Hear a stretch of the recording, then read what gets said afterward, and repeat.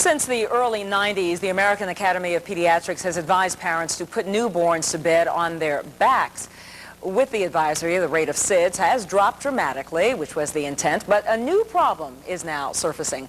Our Dr. Sujatha Reddy joins us to explain.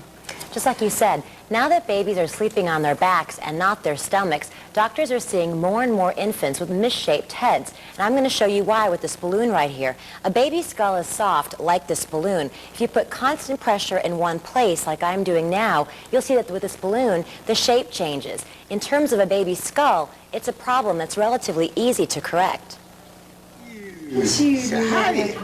Little A.J. Branch was brought to Children's Healthcare of Atlanta when his parents noticed the back of his head was literally flat. When we walked in the door, I was like, the helmet's gonna fix it. A.J. was fitted with a special helmet to fix the condition known as plagiocephaly, or flattening of the back of the head. It's more common now because the recent trend has been to keep babies sleeping in their cribs on their backs rather than on their stomachs. In the past, these helmets were made by taking a plaster mold of the baby's head. It took at least 20 minutes, and as you might imagine, the babies were miserable, and so were the parents. I've had many parents who also were in tears themselves, many parents who just, were completely frazzled. New laser technology has since replaced the plaster process. Now, in less than 2 seconds, an exact diagram of the shape of the infant's head is created.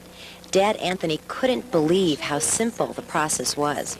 Easier than getting shots. He screams profusely with shots, but this helmet, he had cried one time with this helmet. The laser gives accurate information even if the baby moves.